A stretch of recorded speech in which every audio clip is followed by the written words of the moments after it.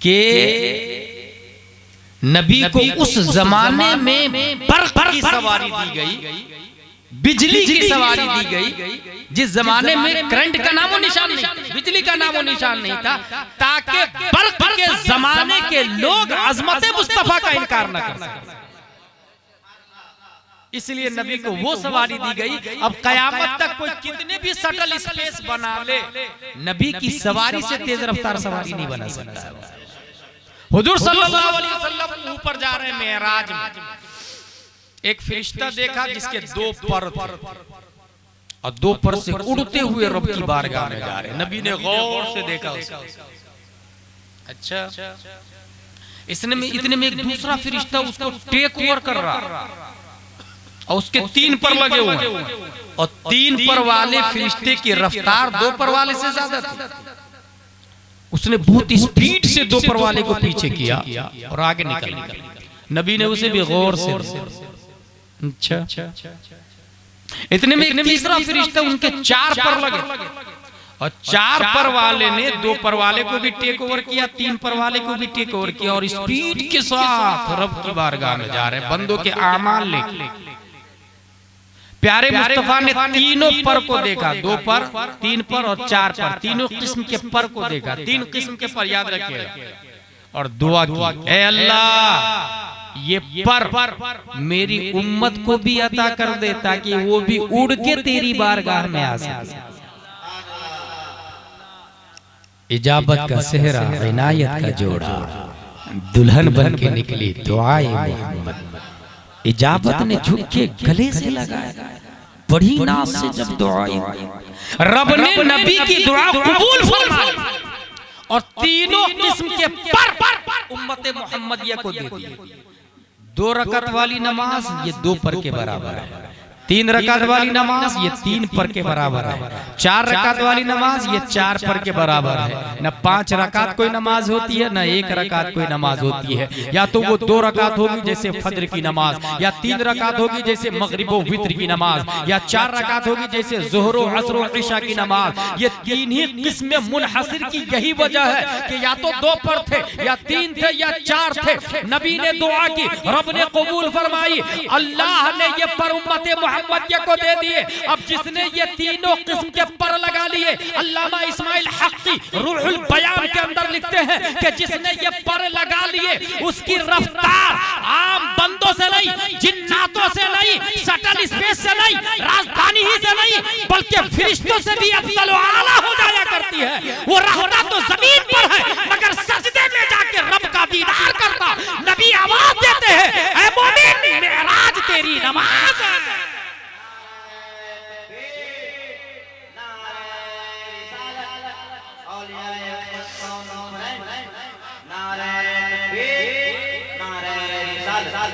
आपने देखा नहीं नबी एक साथ में कहां मौजूद हो जाते हैं, गौस कहां मौजूद हो जाते हैं।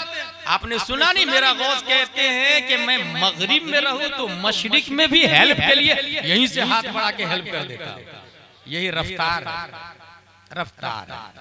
जिसने 5 वक्त की पाबंदी की, अल्लाह का हक अदा किया, शरीयत की पाबंदी की। जिन्नात से लोग क्यों परेशान रहते हैं? हमको लगता है ना कि जिन्नात की ताकत ज्यादा होती है, गलत। इंसान से ज्यादा नहीं होती भाई साहब जिन्नात की ताकत। बचपन में हमने पढ़ा था, एक आदमी ना दरख्त को कुल्हाड़े से काटने के लिए जा रहा था। क्यों जा रहा भाई साहब, क्यों जा रहे काटने?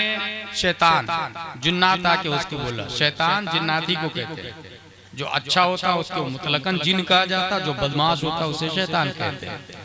कहाँ जा रहे भाई साहब? बोले दरख्त को काटे। क्या फायदा होगा? बोले लोग अल्लाह की पूजा नहीं कर रहे, दरख्त की पूजा कर रहे, इसलिए मैं काट डालूंगा उस झाड़ का। मत जाइएगा। ना जाऊंगा मैं, शिर्क का खात्मा कर दूंगा मैं। का मैं जाने नहीं दूंगा। दोनों की कुश्ती हुई। कुल्हाड़े वाले इंसान ने झटके में, एक ही पटकनी में शैतान को जमीन पे पटक दिया, उसकी छाती पे बैठ गया। शैतान बोला, डेली दिरहम आपके तकिया के नीचे दूंगा, झाड़ को मत काटे। का पक्का वादा ना? बोला हाँ पक्का वादा। छोड़ दिया। चंद दिनों के बाद में वो पैसे निकालता रहा, दिनार और दिरहम अशरफी जो कहा था उसने निकालता रहा। जब बंद कर दिया शैतान ने तो फिर गया काटने के लिए। फिर शैतान कहाँ, बोले झाड़ काट, नहीं जाने दूंगा जाऊंगा, नहीं जाने दूंगा जाऊंगा। दोनों की कुश्ती हुई, उंगली के इशारे से शैतान ने सीधा जमीन पर उस कुल्हाड़े वाला बोला वो सब छोड़, मैं तो हार तो गया, लेकिन बता पहले मैं जीत गया था, अभी हार कैसे गया? तो उसने कहा पहले अल्लाह के लिए जा रहे थे, अब दिनार और दिरहम पैसे के लिए जा रहे हैं। ये कौन कहता जिन्नात की ताकत हमसे ज्यादा है? हमने कुरान में पढ़ा। सुलेमान अलैहिस्सलाम ने कहा मैं यातीनी बिअर्शिहा क़ब्ल अन यातूनी मुस्लिमीन, बिल्कीस का तख्त कौन लेकर के आएगा जल्दी से मेरी बारगाह में? जिन्नात बोला हजरत मैं लाऊंगा। कितनी देर में लाएगा तू? तो जिन्नात बोलता क़ब्ल अन तक़ूम मिन मक़ामिक, आप अपनी जगह से खड़े होंगे ना उससे भी पहले लाके रख देना। सुलेमान अलैहिस्सलाम ने कहा ना ये तो ताख़ीर हो गई, इससे भी पहले चाहिए। हजारों किलोमीटर का फासला, मगर इससे भी पहले मुझको चाहिए। तब उस जिन्नात से भी पहले लाने के लिए कौन तैयार हुआ था पता है आपको? क़ाल अल्लज़ी इंदहु इल्मुन मिनल किताब, एक आलिम साहब खड़े हुए, हजरत मैं लाऊंगा। इंसान, जिन्नात में इंसान, आलिम साहब खड़े हुए, हजरत मैं लाऊंगा। कितनी देर में लाएगा तू? क़ब्ल अन यर्तद्द तरफुक, पलक छिपकने से पहले लाके रख। कौन कहता है जिन्नात की ताकत ज्यादा, इंसान की ताकत ज्यादा? अशरफुल मखलूकात हम हैं, वलक़द कर्रमना बनी आदम हम हैं। हमको अल्लाह ने तकरीम से बख्शा। फर्क यह है कि हम नहीं रहे, इसलिए वो ज्यादा। अल्लाह का हक अदा कर, तमाम फराइज को अपनाए, हराम से बचे। किसी ने कहा कि शराब हराम है, हो नहीं, जुआ हराम है, नहीं खेलेंगे। माँ बाप को सताना हराम है, नहीं सताए। जितने हराम है सबसे बचे। तरके हराम इत्याने फराइज, ये अल्लाह का हक अदा हो गया। क्यों बता रहा हूं मैं? मुल्क बॉडी का प्राइम मिनिस्टर हमको किसको बनाना है? रूह को, ताकि बॉडी तो बॉडी, कफन भी मैला नहीं होना चाहिए मोमिन का। इसकी प्रोसेसिंग बता रहा हूं। अल्लाह का हक अदा करे, नबी का हक अदा करे। नबी के क्या हुकूक है? रिस्पेक्टिंग, लविंग, फॉलो, ताज़ीम करना, प्यार करना और इत्तिबा करना। 3 हुकूक है नबी के। सिर्फ सरकार की आमद मरहबा, रफ्तार की आमद मरहबा, मुख्तार की आमद मरहबा, हक अदा नहीं हो गया भाई साहब। ताज़ीम भी हो, मोहब्बत भी हो और इत्तिबा भी हो। 3 हुकूक है नबी के। इत्तिबा, नबी ने जो कहा उसकी पैरवी करनी होगी। इस सिलसिले में शेख सादी ने इत्तिबा का एक फार्मूला बताया। बुलबुला इश्क ज़ परवाना बेआमोज़, कहाँ सोख्तारा जाशुद व आवाज न आए। इश्क करना है तो परवाने की तरह करे, शमा के गिर्द चक्कर लगाकर जान दे देता है। बगैर कफन के उसकी लाश, डेड बॉडी जमीन पे पड़ी रहती है। हवा के झोंके अपनी आगोश में उसे उड़ा करके कभी नाली कभी चश्मे के हवाले कर देते, मगर वो परवाना एक बार भी नहीं बोलता मैं आशिक हूँ, इश्क की सजा मुझे मौत मिली है, मैं प्यार करता हूँ, प्यार की सजा में मैं मारा गया हूँ, मैं मोहब्बत करता हूँ शमा से, मोहब्बत में मुझे मौत मिली है। ना ऐ इंसान, आप भी इसकी तरह प्यार करें। दावाए प्यार ना हो, बस प्यार ही प्यार हो। दावाए इश्क ना हो, बस इश्क ही इश्क हो। रिस्पेक्टिंग, लविंग, फॉलोइंग, 3 हुकूक है नबी के अदा करें। रिस्पेक्टिंग, ताज़ीम कितनी होनी चाहिए? यहाँ पर एक बहुत बड़ी जमात है, उसका ये कहना है बड़े भाई की तरह होना चाहिए। बहुत बड़ी जमात है जिसको आप लोग जानते हैं। अब आइए मैं जरा कुरान से पूछता हूँ ताज़ीम कितनी कैसी होनी चाहिए। नवैतु अन उसल्ली लिल्लाहि तआला रकअतै सलातिल फज्र फर्दुल्लाहि तआला यक्तदीतु बिहादल इमाम मुतवज्जिहन इला जिहतिल काबति शरीफ। अल्लाहु अकबर। हम लोग नियत बांधते हैं फज्र में तो इस तरह से, मेरा चेहरा खाने काबा की तरफ, अल्लाहु अकबर। इस तकबीर को कौन सी तकबीर कहते हैं? तकबीर तहरीमा। तहरीम हर्रमा युहर्रिमु, तहरीम से तहरीमा आया, जिसका मतलब है हराम करने वाली तकबीर। ये तकबीर हराम कर देती है खाने को, पीने को, चलने को। गैरे अफ़आले नमाज, गैरे अफ़आले नमाज, गैरे एक्टिविटीज ऑफ नमाज, ये सब के सब हराम हो जाते हैं जहां आपने तकबीर कही। अब खा पी नहीं सकते, ये हराम। और वो खाना पीना हलाल कब होगा?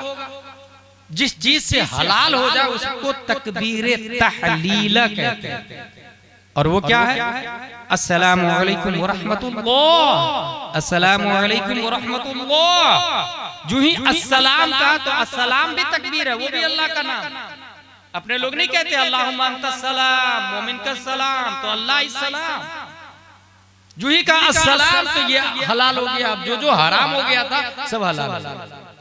तकबीर तहरीमा ने हराम कर दिया खाने को, पीने को, उठने को, बैठने को। बाप बुलाए जाना हराम। अब यहाँ पर बद मजहबों से मैं कहूंगा कि बड़े भाई किसी ताज़ीम की बात करते हो, जरा इस फार्मूले को देखो, इस फंडा को देखो। बड़े भाई बुलाए जाना हराम, पीर साहब बुलाए जाना हराम, एमएलए बुलाए डबल हराम, मोदी योगी बुलाए और ज्यादा हराम। हालते नमाज में जाना हराम हराम हराम। लेकिन नबी बुलाए तो कुरान बोलता है या अय्युहल्लज़ीना आमनू इस्तजीबू लिल्लाहि व लिर्रसूल इज़ा दआकुम, ऐ मोमिनो अगरचे तुम हालते नमाज में रहो, अगर नबी बुलाए तो जाओ नबी की बारगाह में लब्बैक व सअदैक कहो। और उम्दतुल कारी फी शरहिल बुखारी में ये भी आया कि अगर एक मोमिन एक रकात नमाज पढ़ लिया था, नबी ने आवाज दी तो वो जाएगा, नबी का काम करेगा। वो जो एक रकात पढ़ लिया था वो बातिल नहीं हुई, वो खराब नहीं हुई, वो फसाद नहीं हुई, बल्कि वो एक रकात खड़ी इंतजार कर रही है, मेरा मुतम्मिम आके मुझे पूरा करेगा, मेरा मुसल्ली आके मुझे कंप्लीट करेगा, मेरा मुकम्मिल आके मुझे तकमील करेगा। वो एक रकात इंतजार कर रही है। और नबी ने कहा पानी लाओ, आप पानी लाए। नबी ने कहा फला काम करो, आप फला काम किए। नबी के काम में 10 मिनट 15 मिनट 20 मिनट 1 घंटा लगा। नबी का काम करके वापस आके बिना करेंगे, बिना वो रकात बातिल नहीं हुई। जाके एक रकात पढ़ेंगे और आपकी 2 रकात कंप्लीट हो जाएगी। वजह क्या है? जिस नमाज में नबी ने काम करवाया और उस काम में 1 घंटा लगा, वो 1 घंटा भी अफ़आले नमाज से है, इबादत से है। क्योंकि नबी की इबादत, नबी की मोहब्बत, इताअत, ये भी रब की इबादत हुआ करती है। और गुलाम ये बोलता है जिस नमाज में नबी ने बुला लिया उस नमाज से बेहतर कोई नमाज नहीं।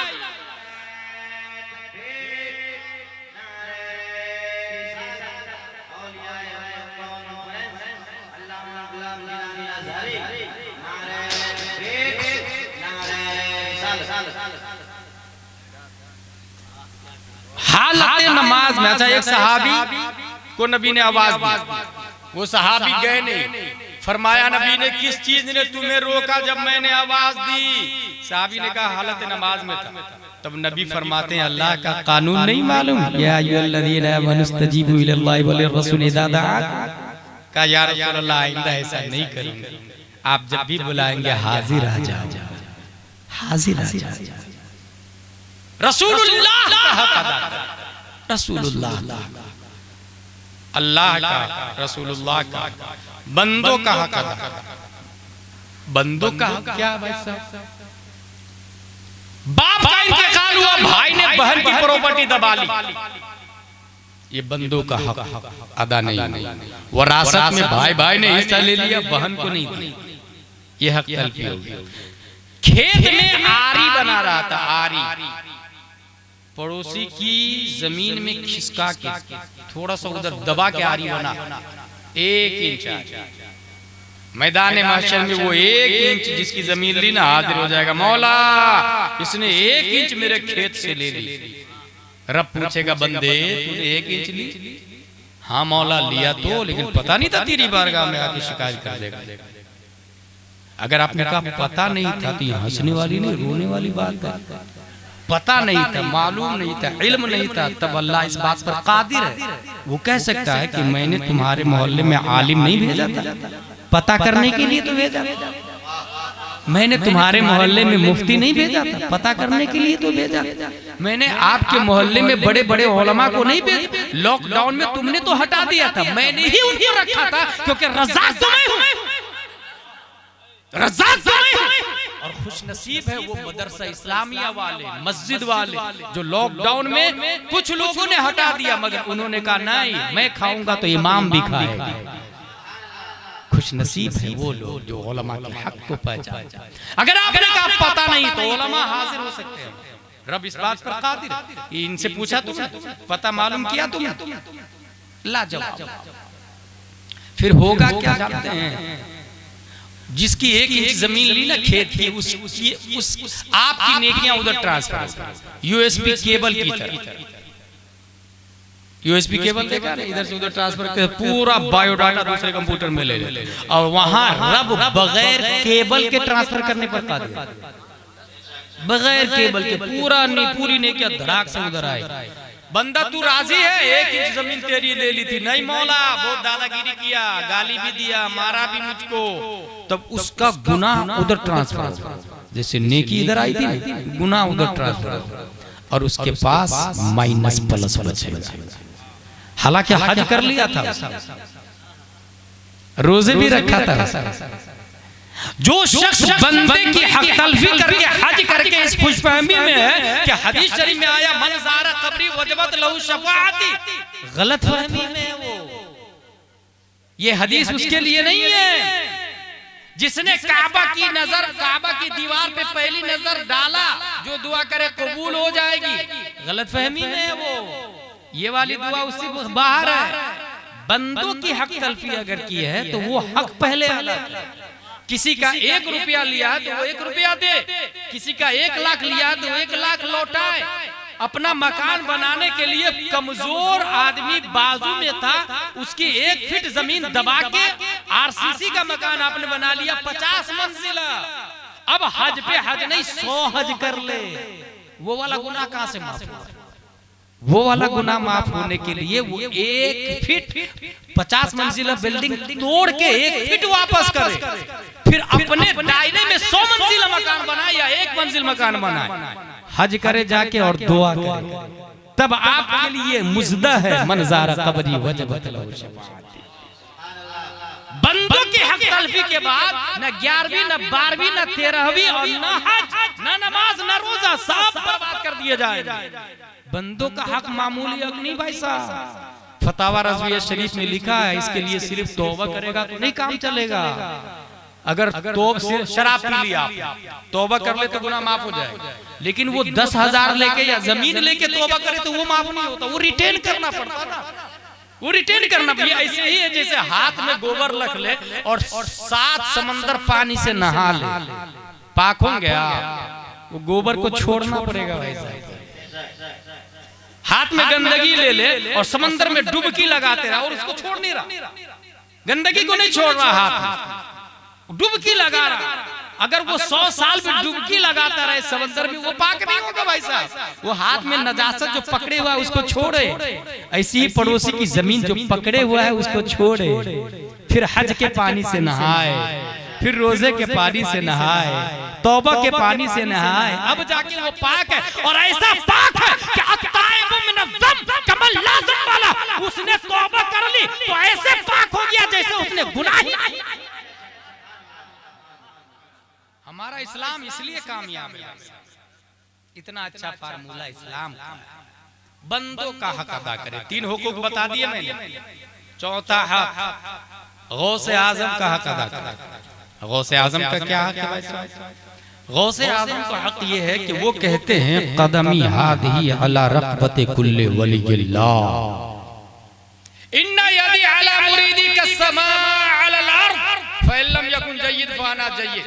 बल्कि फतावा रज़विया शरीफ में ये आया है कि इमाम हसन बसरी से लेकर इमाम मेहदी तक गौसियत, इमाम हसन से लेकर इमाम मेहदी तक गौसियत की कुर्सी पर जो बैठे हैं वो शेख अब्दुल कादिर जिलानी रज़ियल्लाहु ताला अन्हु। हर शख्स को ये मानना पड़ेगा कि गौसे आजम का कदम मेरी गर्दन पर है। हर शख्स को ये मान। कोई कहे मैं नहीं मानता, जैसे अभी एक आदमी पैदा हुआ वो कहता मैं नहीं मानता, कहता ये जुमला ही गौसे आज़म का नहीं है, माज़ल्लाहि रब्बिल आलमीन। जानते हैं उस आदमी का नाम क्या है? उस आदमी का नाम है इंजीनियर मिर्जा। ये वो खबीस है जो पाकिस्तान में पैदा हुआ, वो नापाक है जो पाक में पैदा हुआ है, और इतने अच्छे से लोगों को अपने अंडर में करता है। सुन्नी को भी गाली देता, देवबंदी को भी गाली देता, अहले हदीस को भी गाली देता। और जब देवबंदी को गाली देता तो सुन्नी जाहिल सब्सक्राइब कर देता है उसको, और जब सुन्नी को गाली देता तो अहले हदीस जाहिल सब्सक्राइब करता है उसको। और इस तरह लाखों मिलियन बिलियन फॉलोवर्स है उसके, और घर बैठे डॉलर कमा रहा, डॉलर ही कमाने के लिए गालियां भी दे रहा है। और ये कहता है कि सुन्नी देवबंदी को काफिर कहते हैं, काफिर देवबंदी सुन्नी को, सुन्नी देवबंदी को, अहले हदीस सुन्नी को। मैं कहता हूँ ये सब सही बोल रहे हैं, सबको छोड़ो, तुम लोग मुझे मानो। ऐसा फार्मूला लाता है। और बहुत सारे कॉलेज वाले, स्कूल वाले टीचर लोग कहते हैं ही इज राइट यार, लॉजिकली टॉकिंग करता है, लॉजिकली टॉकिंग करता है। उसे पता नहीं कि इस्लाम लॉजिकली नहीं कुरानिकली है। इस्लाम अपना सिस्टम लेके चलता है। अगर आपने वुजू किया और हवा खारिज हो गई, वुजू टूट गया, ये बताइए दोबारा वुजू करेंगे तो जहां से हवा निकलती है उसको धोते हैं क्या? लेकिन वुजू करना पड़ेगा। ये लॉजिकली नहीं है, ये कुरान में आया, और जो कुरान में आया उसको मानना इस्लाम है। अक्ल में आए या ना आए, कुरान में आया ना। अक्ल में आना जरूरी नहीं, कुरान में आना जरूरी है। अक्ल में आना जरूरी नहीं, बुखारी में आना जरूरी है, मुस्लिम में आना, हदीस में आना जरूरी है।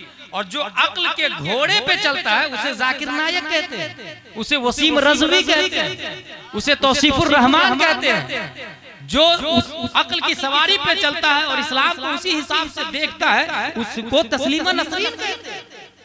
ऐसे ही लोग मुर्तद्दे ज़माना, ऐसे ही लोग वाजिबुल क़त्ल जो बाहर हो जाते हैं, लाम तान करते हैं। और जो मुसलमान उसको मानता और सब्सक्राइब करता है, मन तशब्बह बिक़ौमिन फ़हुवा मिनहुम, वो उसी में से।